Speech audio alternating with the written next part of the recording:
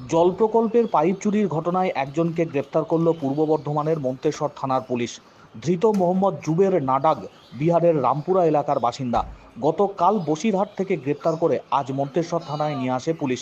Police সূত্রে জানা গেছে, দিন কয়েক আগে মন্তেশ্বরের বাঘাসন পঞ্চায়েতের ইন্দ্রপুর গ্রামের দিঘির পাড় সংলগ্ন এলাকায় জল প্রকল্পের যে কাজ চলছিল সেখান থেকেই বেশ কিছু দামি পাইপ চুরি হয়ে যায়। ঘটনায় মন্তেশ্বর থানায় লিখিত অভিযোগ দায়ের করে সেখানকার ঠিকাদার। অভিযোগের ভিত্তিতে দিন কয়েক আগে একজনকে গ্রেপ্তার করেছিল মন্তেশ্বর থানার পুলিশ। তদন্তের জন্য তাকে 5 দিনের পুলিশ হেফাজতে নিয়ে আসে। তদন্তে মোহাম্মদ জুবেরের নাম উঠে আসে।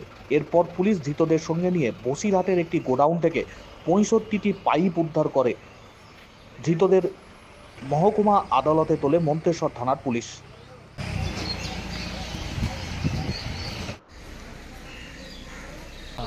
हाँ, पुलिस धर लिया। माल जहाँ पे खाली किया बता दिया।